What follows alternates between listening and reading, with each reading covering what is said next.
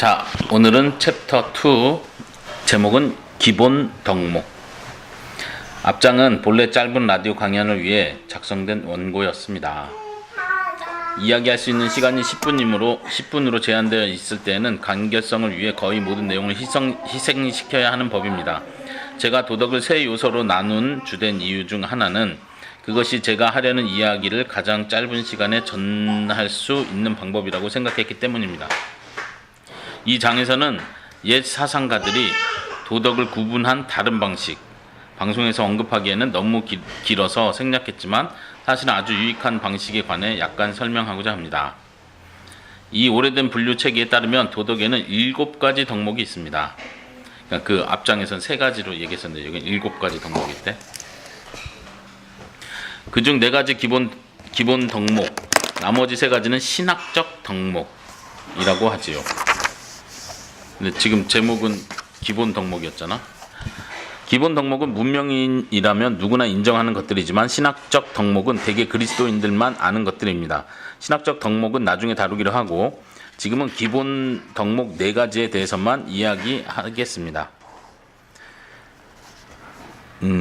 가로하고 여기에서 기본이라는 단어는 로마 카톨릭 추기경이라는 단어와 아무 상관이 없습니다. 이것은 경첩을 뜻하는 라틴어에서 나온 말입니다. 이 덕목은 중추적인 것들이라고 할 수 있기 때문에 이 단어를 쓰는 것이죠.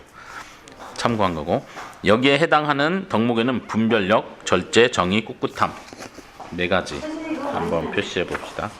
첫째, 분별력. 둘째, 절제.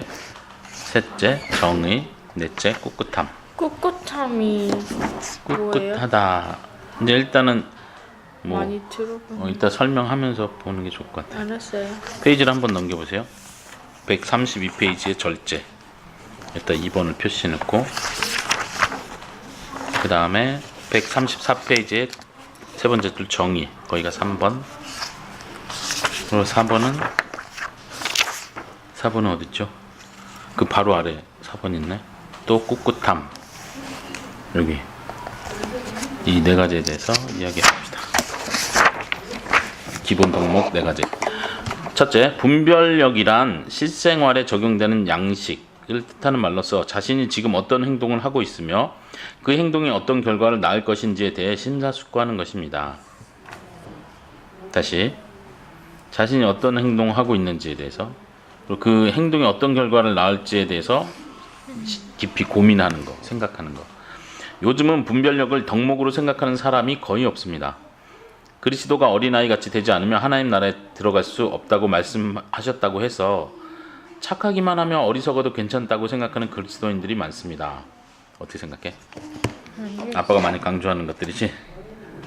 분별해야 된다, 뱀처럼 지혜로워야 된다. 그런데 많은 그리스도인들은 이렇게 머리를 많이 쓰는 건 좋지 않아, 그냥 착하게 살아야 돼, 이렇게만 생각한다. 그러니까 분별력이 없어지는 거지. 그거를 합리화하면 안 된다는 얘기야. 그러나 그것은 오해입니다. 첫째로, 대부분의 어린이들은 자기가 정말 관심 있는 일에 대해 상당한 분별력을 발휘하며 아주 지각 있게 사고합니다. 둘째로, 사도 바울이 지적했듯이 그리스도는 지성의 영역에서 아이처럼 되라고 하신 것이 결코 아닙니다. 지성이라는 건 지식을 가리키는 거지. 그리스도는 우리에게 비둘기처럼 순결할 뿐 아니라 뱀처럼 지혜로우라고 하셨습니다. 그가 바라시는 것은 아이의 마음과 어른의 머리입니다. 아이의 마음, 어른의 머리. 그는 우리가 착한 아이처럼 순진하고 한결같으며 정 많이 잘 배우기를 바라시지만 동시에 우리의 지성은 어느 면에서나 그 임무를 다할 준비를 하고 있으며 최상의 전투태세를 갖추고 있기를 바라십니다. 자선단체들의 돈을 기부한다고 해서 그 자선단체가 가짜인지 아닌지조차 알아볼 필요가 없다는 것은 아닙니다. 하나님에 대해 생각하고 있다고 해서 그에 대해 5살 수준의 유치한 개념을 계속 가지고 있어도 된다는 것은 아닙니다.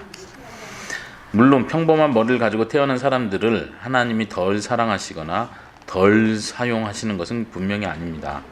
그는 이해력이 아주 부족한 사람들도 다 품으십니다. 그러나 또한 모든 사람이 자기가 가진 이해력을 사용하기를 바랍니다. 착하게 살아요, 예쁜 아가씨. 다른 사람이야 똑똑해지든 말든 내버려 두고요 라는 노래 가사는 착하게 살아요 예쁜 아가씨 그러면 똑똑해져야 한다는 걸 잊지 마세요가 되어야 합니다. 하나님은 게으름뱅이를 좋아하시지 않으시지만 지적인 면에서 게으른 사람은 더더욱 좋아하지 않으십니다. 지성을 개발해야 된다 이거지. 아까 표현한 것처럼 그렇다고 멍청한 사람은 하나님 싫어하냐 이게 아니라 하나님이 주신 그 사람의 수준이 있잖아. 더 노력할 수 있고 이해할 수 있는 능력이 있는데 자기가 게을러서 공부하지 않고 싫어해서 안 읽고 하는 건 하나님께 마땅치 않다는 얘기고, 여러분 중에 혹시 그리스도인이 될까 생각하는 분이 있습니까? 예, 전도용 책이다 보니까 그것은 곧 두뇌를 비롯한 자신의 모든 것을 요구하는 일에 뛰어드는 것임을 미리 알려드리겠습니다. 그러나 다행히도 이 일은 우리의 생각과 다른 방식으로 이루어집니다. 즉 누구든지 그리스도인이 되려고 정직하게 노력하기만 하면 어느새 지성이 예리해진다는 것입니다. 그리스도인이 되기 위해 따로 특별한 교육을 받을 필요가 없는 이유 중 하나는 기독교가 바로 교육 그 자체이기 때문입니다. 이해돼, 에스테야? 그래서 번연처럼 교육받지 못한 신자가 온 세상을 놀라게 만든 책을 쓸 수 있는 것입니다. 존 번연, 철로역정 썼지? 교육 못 받았어? 그치. 이제 뭐 목사 수준의 그 교육을 못 받았다는 얘기겠지. 멍청하다는 뜻은 아니고. 그러니까 기독교 자체가 진리를 탐구하는 것이기 때문에 기독교를 순수하게 정직하게 받아들이는 그 노력 자체가 지성을 굉장히 분별력 있게 만든다. 그러네. 그치? 이제 많은 사람들은 기독교 하면 지성을 다 포기하고 멍청하게 그냥 하나님 있어 그냥 믿기만 하는, 이렇게 좀 비하하는 게 많잖아. 이제 그거를 정확하게 반박한 거고. 두 번째, 절제는 불행히도 그 의미가 변질된 단어 중에 하나입니다. 요즘 이 말은 대개 절대 금주라는 뜻으로 쓰이고 있죠. 그러나 이 두 번째 덕목에 절제라는 이름을 붙였던 그 당시에는 전혀 이런 뜻이 아니었습니다. 절제는 특별히 음주와 관련된 말이 아니라 온갖 종류의 쾌락과 관련된 말이었습니다. 그리고 그것은 완전히 삼간다는 뜻이 아니라 적절한 정도까지만 하고 그 이상은 하지 않는다는 뜻입니다. 그치? 절제해라 이 말은 아예 하지마 이 뜻이 아니라 적절하게 너가 균형을 잡아야 된다 이거지. 그리스도인은 전부 절대 금주해야 한다는 것은 잘못된 생각입니다. 절대 금주를 요구하는 종교는 기독교가 아니라 회교입니다. 회교가 뭐야? 회교도 종교 중에 하나인데 그 종교는 그렇다는 거지. 물론 그리스도인 중에서도 일단 마시기 시작하면 도저히 멈추지 못하는 성향을 가졌거나 자기가 그런 성향을 가진 것은 아니지만 주변에 잘 취하는 사람이 있어서 자극하지 말아야 하는 상황처럼 특별한 경우에는 독한 술을 삼갈 수 있습니다. 그러나 여기서 중요한 점은 자기한테 마땅한 이유가 있어서 술을 삼가는 것이지 남이 술 마시는 것을 죄로 생각해서가 아니라는 것. 따라서 남이 적당히 술을 즐기는 것은 얼마든지 좋게 볼 수도 있다는 것입니다. 술에 대한 좀 관용적인 거지. 그 성경에서도 술 아예 먹지 마라 이런 교훈이 아니라 다른 사람이 시험에 들지 않게 하는 그런 태도. 그리고 술이 어떻게 유혹하는지를 분명히 알으라는 거지. 취하지 말라는 면이 그런 건데. 특정 부류의 악인들에게 나타나는 특징 중 하나는 자기들이 포기하는 것을 다른 사람도 포기해야 한다고 생각하는 것입니다. 아주. 그러니까 악인들 특징 중 하나가 자기들이 포기하는 것을 다른 사람도 다 포기해야 된다고 생각하는 거. 예를 들면 자기가 술을 끊었으니까 너도 다 끊어야 된다 이렇게 나오는 거. 이게 또 분별이 필요하지만 그것은 결코 기독교적인 방식이 아닙니다. 그리스도인이 특별한 이유로 어떤 것, 결혼이든 고기든 술이든 영화든 포기하는 게 좋다고 생각할 수는 있습니다.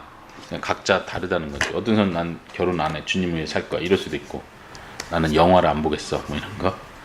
그러나 그런 일 자체를 악하다고 말하는 순간 혹은 그런 일을 하는 다른 사람을 경멸하는 순간 그는 잘못된 길로 접어드는 것입니다.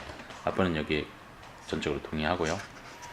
현대에 와서 절제라는 말을 음주 문제에만 국한해서 사용하는 바람에 생긴 큰 해악이 하나 있습니다. 음주 외에 다른 많은 부분에서도 똑같이 무절제해질 수 있다는 사실을 잃어버렸다는 것이 바로 그것입니다. 골프. 그 당시에도 골프가 있었네. 골프나 오토바이를 자기 생활의 중심으로 삼는 남자나 옷이나 카드놀이나 애완견에 온통 정신 팔린 여자는 저녁마다 술에 취하는 사람만큼이나 무절제한 사람입니다. 이게 아주 좋은 표현이지. 모든 사람이 그런 면에서 중독될 수 있다는 거지. 자기가 좋아하는 것이 있다는 건데. 근데 아빠가 이 당시에도 골프가 있냐고 했는데 이게 뭐지? 골프가 오래된 스포츠지. 엄청 오래된 거. 그래요. 물론 겉으로는 쉽게 드러나지 않지요. 카드놀이 광이나 골프광이 길 한복판에 쓰러져 자는 경우는 없으니까요. 술 먹을 때 길 한복판 쓰러져 자잖아. 아니야? 카드놀이 광이나 골프광이 길 한복판에 쓰러져 자는 경우는 없으니까요. 그러나 술 취한 사람은 그렇게 한다는 거지. 그러나 하나님은 겉모습에 속지 않으십니다. 그냥 겉모습은 골프 치니까 우아해 보여도 그게 하나님 볼 때는 우상이 될 수 있고 중독이 될 수 있다는 거지. 세 번째, 정의는 법정에서 통용되는 정의 이상을 뜻하는 말입니다. 지금 우리가 공정함이라고 부르는 것을 옛날에는 정의라고 불렀습니다. 여기에는 정직함이나 공평한 교환, 성실함, 약속을 지키는 일 등의 삶의 모든 부분이 포함됩니다. 네 번째, 또 꿋꿋함에는 두 가지 종류의 용기가 포함되어 있습니다. 꿋꿋함을 용기라고 여기서 이제 설명을 해주는 거지. 꿋꿋하다, 용기 있다. 첫째는 고통 속에서 버티는 용기뿐 아니라 위험에 맞서는 용기. 고통 속에서 버티는 거 우리는 보통 인내한다, 참는다 이러잖아. 근데 그것도 용기로 좀 표현한 거고, 위험에 맞서는 용기, 이 두 가지 종류가 포함되어 있다. 이와 가장 비슷한 현대 영어는 아마 배짱, 배짱일 것입니다. Do we even have those? 이 덕목을 발휘하지 않는 한 다른 어떤 덕목도 오래 실천할 수 없다는 것은 물론 여러분도 아시겠지요. 그러니까 자기가 이게 옳다라고 생각했으면 끝까지 몰고 가야 되잖아. 근데 이게 배짱이 필요하다는 거지. 덕목과 관련해서 주목해야 할 좀 더 깊은 차원의 사실이 하나 있습니다. 정의롭거나 절제할 수 있는 특정 행동을 한다는 것이 곧 그 사람 자체가 정의롭거나 절제 있다는 뜻은 아닙니다. 이것도 아주 좋은 말인 것 같아요. 특정 하나의 행동을 했다고 해서 그 사람 자체가 그런 사람이다라고 말할 수 없다는 거지. 테니스를 잘 치는 사람이 아니라도 가끔은 좋은 샷을 날릴 수는 있습니다. 테니스를 잘 치는 사람이란 좋은 샷을 수없이 쳐본 결과 이제는 마음 놓고 믿어도 좋을 만큼 눈과 근육과 신경이 잘 훈련되어 있는 사람이라는 뜻입니다. 수학자의 정신은 수학을 다루고 있지 않을 때에도 일정한 습성과 시야를 견지하고 있는 것처럼 테니스 잘 치는 사람은 테니스를 치고 있지 않을 때도 일정한 상태나 특질을 유지합니다. 마찬가지로 꾸준히 정의로운 행동을 하는 사람은 결국 일정한 인격적 특질을 가지게 됩니다. 우리가 말하는 덕목이란 특정 행동이 아니라 바로 이런 특질을 가리키는 말입니다. 덕목이란 그러니까 한 번 그런 행동을 몇 번 했었다 이런 게 아니라는 거지. 이제 테니스 비유 이런 게 굉장히 지난번에 말한 것처럼 C.S. 루이스가 예를 정확하게 딱 드는 거지. 아빠가 설교할 때도 그런 딱 정확한 예를 들어줘야 되는데. 자, 이 구분은 다음과 같은 이유 때문에 중요합니다. 만약 우리가 특정 행동만 덕목으로 여긴다면 다음과 같은 세 가지 그릇된 생각을 조장하게 됩니다. 자, 세 가지. 첫째, 옳은 행동을 하기만 하면 어떻게 왜 그 행동을 했느냐는 문제가 안 된다고 생각될 수 있습니다. 그러나 동기는 그를 때에는 틀리다는 말이야. 그럴 때에는 아무리 옳은 행동을 한다 해도 정작 중요한 내면의 특질이나 성품, 즉 덕목이라 부를 수 있는 것을 형성하는 데는 전혀 도움이 되지 않습니다. 다시 말하면 동기가 틀렸으면 그 사람이 특정 그 용기 있는 행동을 했다고 해서 용기 있는 덕목, 용기 있는 덕 있는 사람이라 말하지 않는다는 거지. 동기가 벌써 틀렸으면. 그렇기 때문에 특정 행동만으로 평가할 수 없다는 거야. 넘어갈게. 2번. 그저 하나님이 정하신 한 묶음의 규칙만 따르면 된다고 생각될 수 있습니다. 그러나 하나님이 정말 원하시는 것은 특정한 종류의 사람이 되는 것입니다. 그러니까 너가 무엇을 하느냐의 문제가 아니라 어떤 사람이 되느냐의 문제다. 이런 표현이지. 세 번째. 덕목은 현세에만 필요하다고 생각하게 될 수 있습니다. 내세에는 다툴 일이 없으니 정의로울 필요가 없고 위험이 없을 테니 용감할 필요도 없으리라고 생각하는 것이지요. 내세가 죽은 다음의 세상을 가리키는 거지. 그렇군요. 다음 세상에서 정의롭거나 용기 있게 행동해야 할 기회는 정말 없을지도 모르지만 이곳에서 정의롭고 용감한 행동을 해야만 형성될 수 있는 됨됨이는 여전히 요구될 것입니다. 여전히 그런 수준의 인격적 변화가 있어야 된단 말이야. 제 말의 핵심은 일정한 인격적 특질을 갖지 못한 사람은 인격적인 문제다 이 말이지. 하나님의 영원한 나라에 들어갈 수 없다는 것이 아닙니다. 제 말의 핵심은 이러한 특질이 그 내면에서 싹 쫓아나지 못한 사람에게는 아무리 외부 조건이 좋은 곳도 천국이 될 수 없다는 것. 즉 그들은 하나님이 주고자 하시는 그 깊고도 강하며 흔들리지 않는 행복을 행복으로 느끼지 못한다는 것입니다. 그런 내면적 특징이 그 속에 있어야지 아무리 세상이 좋아진다고 해도 그 사람이 천국의 기쁨을 누리는 건 아니다. 알 수 없다. 이런 얘기겠지. 마지막까지 이해됐습니까? 네. 네, 오늘은 여기서 마치겠습니다.